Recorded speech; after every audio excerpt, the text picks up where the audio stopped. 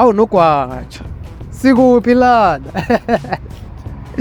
Hi guys, welcome to yet another review. Today we have the Isuzu D-Max. And right here we have the D-Max in the LS variant. So up front we have the famous Isuzu grille down there. So this is the newly revised grille and with the Isuzu lettering over there. So down below we also do have our fog lamps and turn signals over here and our headlamps over here. What I don't like about these headlamps is the fact that they are halogen, you know, it's halogen headlamps. It's entry level. I don't really have a problem with it, but I feel like they could have given us at least LED headlamps, you know. But nonetheless, I like it from this angle, you know. It's no kwacha after all. So coming along to the side, we also do have our 17-inch alloy rims, and right here they're in silver. And then I like the fact that we have this chunky size tire, you know. It really makes the car handle road imperfections really well. I like that. We also do have our integrated turn signal over there, which is really amazing. And then side design wise, I feel like the proportions and everything else, it's a van, you know, it's a bikey. It says what it does in the tin. And you know, in this variant you can tell that this is the workhorse, you know. So we also do have our, you know, side steps over there to jump in and out when you're in the farms and things like that. So I like that about the vehicle. So overall I like this. I like this design. It's a workhorse. It says what it does in the tin, and that's it, you know. We also do have our nudge bar over here with our Isuzu lettering. My bad, I don't know where the U went, but anyway, it is what it is. So our vehicle is equipped with the roller shutter. So but this one is manually operated, so the retractable roller shutter. And I like that because, you know, in South Africa we have theft issues, you know, when you're driving your bike, people tend to pick around things and things like that. But nonetheless, I really like it. And then rear design on, you can also lock this roller shutter over there. So you also release it by just a pull, and then you push it in like that, and then it will retract and things like that. So the rear, we also do have our tail lights over here, and they also halogen tail lights with your brake lights, turn signal and reverse light over there. Our LS badging down there, and also we also do have our parking sensors and this plastic bumper. I know off-road fans won't prefer this plastic bumper, but I mean it also fits as a lifestyle bike because people these days don't really go off-road with their vehicles. We also do have our Isuzu lettering over there, or Isuzu badging over there, and then we also do have our reverse camera down there, which with a lockable trunk lid over there with a tow bar, because yeah, you can pull with this engine, you know. It has a 1.9 liter engine, but I'll get into that when I'm driving. And then as well, of course, it says D-Max, but I would say no kwach. But anyway, let's jump into the interior. Let me take you through the interior. So you join me inside the interior of Nokwa, the D-Max. So right from the get-go, let's start off with the key. It's this switch-blade key, key. Not really a fan of this, man. It's so old school. Like, I know this is an entry-level vehicle, but it's very old school. But we have your lock and unlock down there and things like that. But nonetheless, let's fire this thing up. So put on the brake. We'll do a little needle sweep nyana and an animation of the vehicle. Just crank it up like that. So yeah, up front we do have our analog dials with the same screen there to tell you your trip meter, your average consumption, things like that, you know, and any warnings that will come up from the vehicle, it will show you there. It's a bit cramped, man, you know. I feel like Isuzu could have used the space a bit better. It's a bit cramped in this vehicle. Like, you need to squint to look at these things properly because you have your range, you have your temperature screen, such a small screen. But nonetheless, it's okay. What I do like though is this leather wrap steering wheel, you know. This steering wheel feels nice to hold, you know. You do feel like you're in charge when you have this Nokwacha in your hands. No, man. So yeah, man, on the left we do have your audio controls, your volume and your hanging up buttons. On the right we have our cruise control buttons with buttons to navigate the screen up front. And then we also do have our Isuzu lettering over there or badging right there. What I also do like is the fact that the driver's side, we have a cup holder this side of the driver's side where you can put in a drink right there, and then in front of basically in front of the air vent where your drink will remain cool. So I like that about the vehicle. So yeah, coming along to the center console. Center console up front, we have this touchscreen over here, and it's a bit on the small size compared to competitors, but nonetheless, it's fine. I like the way this trimming just houses the screen better. It doesn't feel like an afterthought, so I like that about the vehicle. But the screen itself feels a bit smaller. I know this is the entry-level vehicle with this thick bezels over there, things like that, but nonetheless, it's okay. This screen also hosts your wireless Apple CarPlay and Android Auto and things like that. We also do have a compass, we have your Bluetooth and things like that.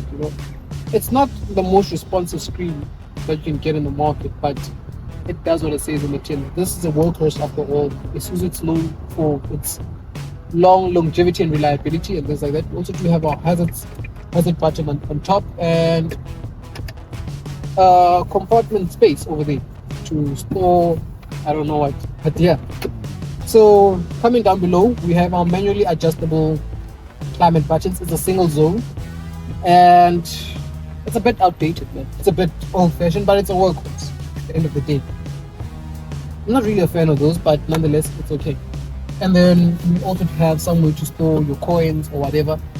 Your drive selector over there, and then your hill descent and your parking sensors down there.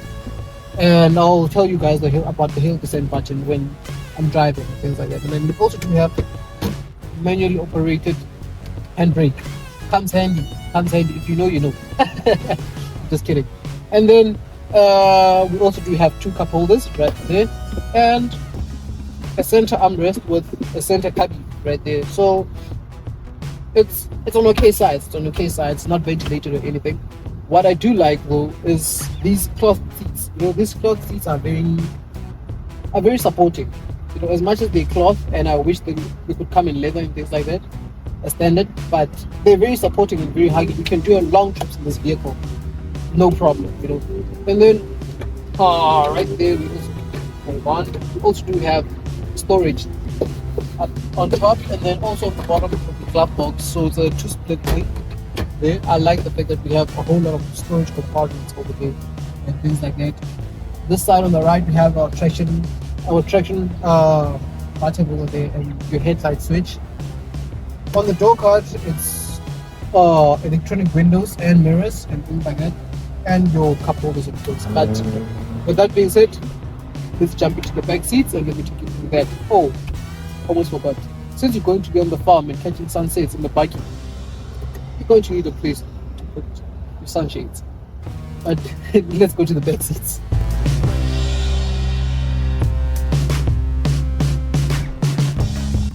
So into the back seats of the D-Max, and leg room, it's okay. It's not the best in the world, it's just fine. Tow room, yeah, it's fine.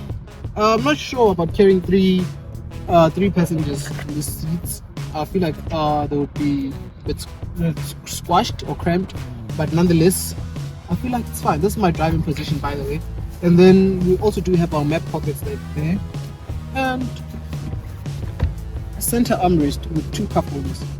What I do like is the fact that at the rear we do have this charging thing, the charging port, a USB port to charge your things, and somewhere to put your phone, and I don't know what to put there, but I like the fact that we get that this side. What we don't get is air vents, but I mean, it is what it is. We also do have your grab handles to jump in and out for the passengers, things like that. And I feel like that's about it in this vehicle. It's just a regular typical buggy, that's what it says on the tin. Seats are also cloth at the rear and things like that, but nonetheless, into the driving inspirations.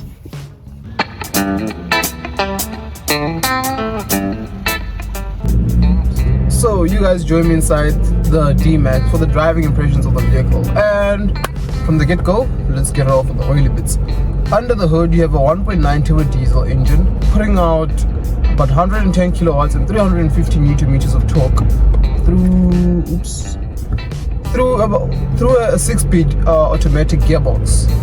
And I must say, 110 kilowatts and 350 newton meters is not really that much in a vehicle of this size. You know, you're not going to be winning robot-to-robot races in this vehicle, you know, because it's not much. Because this vehicle is quite a huge car for the numbers that it's pushing.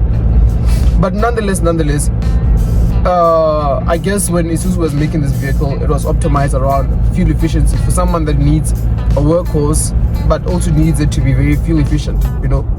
Okay, so while we're still on fuel efficiency, Isuzu claims about 7.9 liters per 100 Ks, and I've been averaging around about 8.5 liters per 100 Ks, and it's not really that much. I have seen it go down to about 8.2. That's the lowest I've got. And then when I was actually really pushing the vehicle, it jumped to about 8.7, which is really not bad for a vehicle of this size. You know, I feel like it's okay. And I know that, you know, on a single tank should give you about 1,000 Ks, because this vehicle is also part of that vehicles that went to Cape Town on one tank, the Isuzu One Tank Challenge. So I do know that, you know what, you can get about 1,000 Ks easily in this vehicle. So that's where I kind of forgive the 1.9 liter engine and things like that. But nonetheless, the suspension and everything feels like a biking, you know. It is a biking. It is a bit bouncy here and there, but it's not too bad, you know. You can handle it. The steering feel and everything is fine, you know. You can manage with the steering feel and things like that. It's not too heavy. It's just okay, you know. I do like the feel of the steering wheel, because you do kind of feel like you're in control. I do have a feeling of what the wheels in front are kind of like doing, so I like the steering feel of the vehicle. What I don't like has to be this gearbox. It tends to, especially on highway speeds, especially, and let's say around about speeds of about 80 to 120 or so, and let's say you put your foot flat, it tends to hunt, you know. The gears, it tends to hunt for gears. I'm like, oh, okay, are we grabbing 4? Are we grabbing 5th?